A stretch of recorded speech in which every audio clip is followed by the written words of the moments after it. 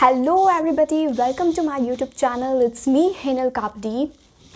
ना वक्त है इतना कि सिलेबस पूरा किया जाए, ना वक्त है इतना कि सिलेबस पूरा किया जाए, और ना इलाज है इसका कि एग्ज़ाम में अच्छे नंबर आ जाए। ना जाने कौन सा दर्द दिया इस पढ़ाई ने, ना जाने कौन सा दर्द दिया इस पढ़ाई ने, ना रोया जाए और ना गैरों के सामने सोया जाए। So I think this is the feeling of almost all the students at this time because board exams are near. So बहुत सारे students हैं वो afraid होते हैं board exams से. So have you ever wondered that what is the root cause of this fear for the examination, especially the board examination? भाई exams तो हम बचपन से देते आ रहे हैं, लोअर क्लासेस से लेकर आज तक we have given a lot of exams, चाहे वो स्कूल की हो, लाइफ की हो, एग्ज़ाम्स तो हमने बहुत सारी दी होती है. But why we are afraid of this board examination, सोचा होगा कभी? सो if you're also questioning this thing, then you will get answer of this question from this video. I hope that you will get answer of this question. So what is the root cause for this thing?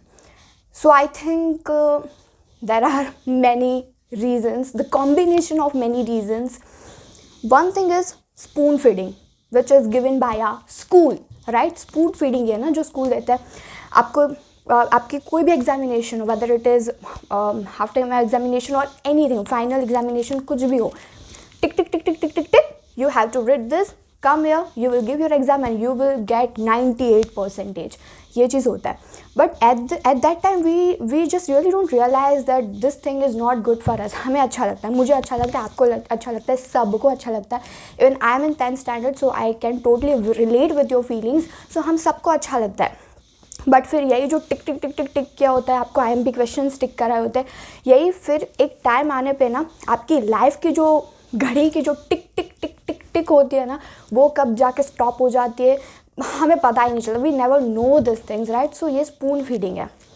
अब देखो हम इसके खिलाफ आंदोलन नहीं कर सकते, ना आप कर सकते हो ना मैं कर सकती हूँ, बट एक चीज़ कर सकते हैं, that we don't follow this thing, no, and we should not follow this thing. School भले आपको स्पून फीडिंग दे, but you don't have to follow this things, because अगर आपने आज स्पून फीडिंग लिया ना, तो कल को जाके वही स्पून फीडिंग आपको परेशानी में डाल देगा. तो ये चीज़ बिल्कुल मत करना. It works as a sweet poison, एक स्वीट पॉइजन की तरह काम करता है. लाइक कोई भी फूड प्रोडक्ट है ना, हमें टेस्टी लगता है, खाने में अच्छा लगता है, बट वो धीरे धीरे आपके बॉडी को डैमेज करता है. उसी चीज़ से ये है स्पून फीडिंग, स्वीट पॉइजन. आपको अच्छा लगेगा, but slowly slowly it will damage your understanding, it will damage everything. So please don't run behind this rubbish things. Please, I just advise you, please don't do this. And second thing is कि गलत education system, definitely गलत, और not from government, वो तो गलत है ही नहीं, because government ने तो बहुत कुछ किया है हमारे लिए. सिलेबस रिड्यूस कर दिया है, maths and science syllabus reduce कर दिया है. अभी इससे ज़्यादा तो गवर्नमेंट क्या ही करेगी. बट स्कूल जो एजुकेशन सिस्टम होता है, that is wrong from our school side, कि वो होता है और हम भी उसको फॉलो करते हैं.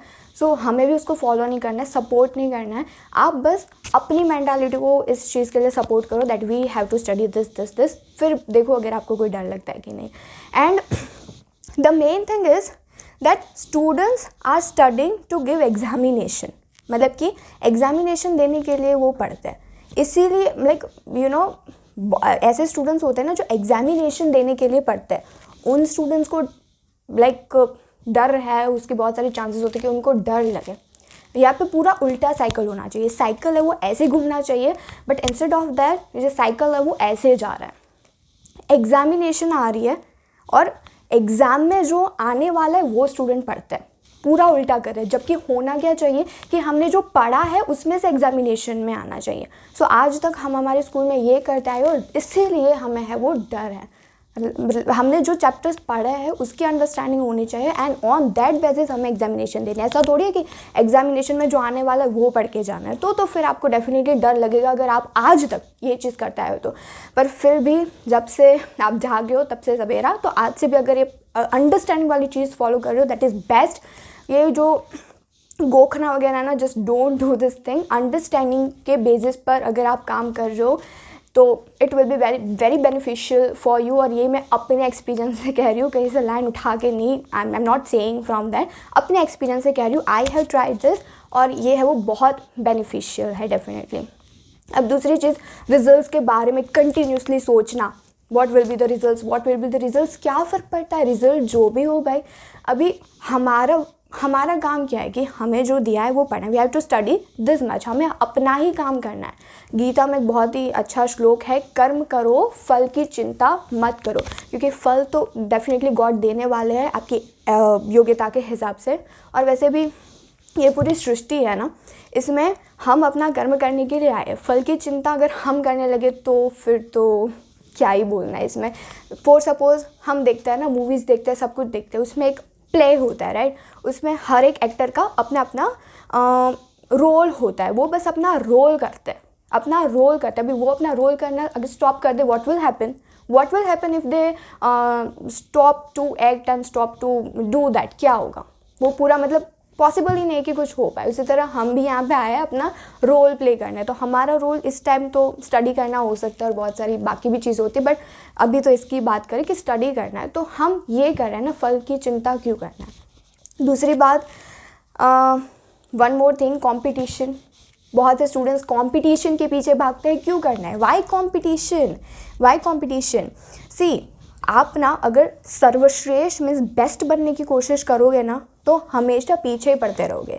बिकॉज जो बेस्ट बनने की कोशिश करता है उसके साथ क्या होता है कि उससे भी अगर कोई शेर होता है, सवा शेर आ गया, तो वो क्या मतलब उसकी पोजीशन है वो चली जाती है। बट जो उत्तम बनने की कोशिश करता है उसको अपनी पोजीशन से, चाहे कोई भी आ जाए, आंधी तूफान कुछ भी, बेस्ट से बेस्ट कोई आ जाए, उसको अपनी पोजीशन से कोई नहीं हटा सकता। So just try to be good और बेस्ट बनो। आई एम नॉट सेइंग कि बेस्ट मत बनो, बट अपने आप में बेस्ट बनो, अपनी बेस्ट कोशिश करो, नॉट कि भाई इतने स्टूडेंट्स हैं इसमें से बेस्ट बने। कंपटीशन किस बात का?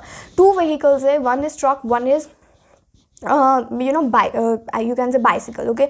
आप ये एग्जाम्पल ले सकते हो, ट्रक अपनी स्पीड से जाएगा, उसका कभी कुछ नुकसान नहीं है, वो अपनी स्पीड से जाएगा। बाइक राइडर कॉम्पीट करे that okay, I have to compete with this truck, क्या होगा? 99% चांसेस है कि एक्सीडेंट हो गए। सो सबकी अपनी अपनी कैपेसिटी होती है, we have to work accordingly, we can't compete with others. So वैसे भी देखो, एक क्लास है, इन दैट एक स्टूडेंट को मिले हैं 45%, एक को 50, एक को 60, एक को 75%। फर्स्ट रैंक किसका आएगा? 75 वाले का। अभी उसी 75% लाने वाले स्टूडेंट को दूसरी क्लास में डाल दो, एक को आ रहे हैं 74, दूसरे को आ रहे हैं 76, तीसरे को आ रहे हैं 89, चौथे को आ रहे हैं 94। तो क्या इसका मतलब इसकी कोई बारी आएगी क्या? फिर वो अपसेट हो जाएगा। तो ये करना ही क्यों है? और ये होता है लाइक रैंक के पीछे दौड़ते हैं, ऐसा कंपटीशन करते हैं। We don't have to compete with others, we have to compete with ourselves, we have to give our best, okay. So that's why we don't have to compete with others, right. तो ऐसा तो करना ही नहीं है। और जो topper बच्चे होते हैं ना, उनको बहुत सारा मतलब ऐसे इमोशनली ब्लैकमेल किया जाता है, आप टॉपर हो।